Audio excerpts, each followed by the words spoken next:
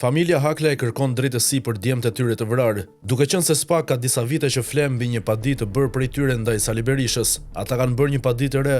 Kallëzimi i bërë nga Shote Haklaj dhe Vjollca Haklaj paraqet një sër provash, dokumentesh dhe materialesh filmike që sipas palës kallëzuese vërtetojnë përgjegjësinë ligjore të akuzuarve. Ato lidhen me vrasjen e 3 shtetasve të njëjtës familje, Sokol Haklaj, Elez Haklaj dhe Cen Haklaj. Ndërkohë sot në një emision ka folur djali i Elez Haklajt, një prej vëllezërve të Fatmir Haklajt, që është vrarë gjatë një prite në një ngjarje pa autor. Ai ka dërguar një mesazh. Mesazhi i tij përmban faktin e kallëzimit të dytë për Berishën në SPAK dhe sipas tyre, shteti nuk po lëviz gishtin më të vogël. Nga ana tjetër, familja Haklaj shprehet se ata janë të gjithë sy e vesh të dëgjojnë drejtësinë të shprehet për këtë kallëzim. Krejt çfarë kam shkruar është e vërtet. Edhe këtu ku jam unë kanë një proverb që thotë: e vërteta nuk është mirë me e thanë disa herë, por çka të kemi shkruar konsideroje siç e thonë, një diamant brut. Kurse ju jeni argjendari që punonin, por në fund të fundit mbetet diamant. Ne kemi shkruar ngjarje të puro, kurse për ata të vdekurit apo të vrarë kemi shkruar kohën, pak a shumë,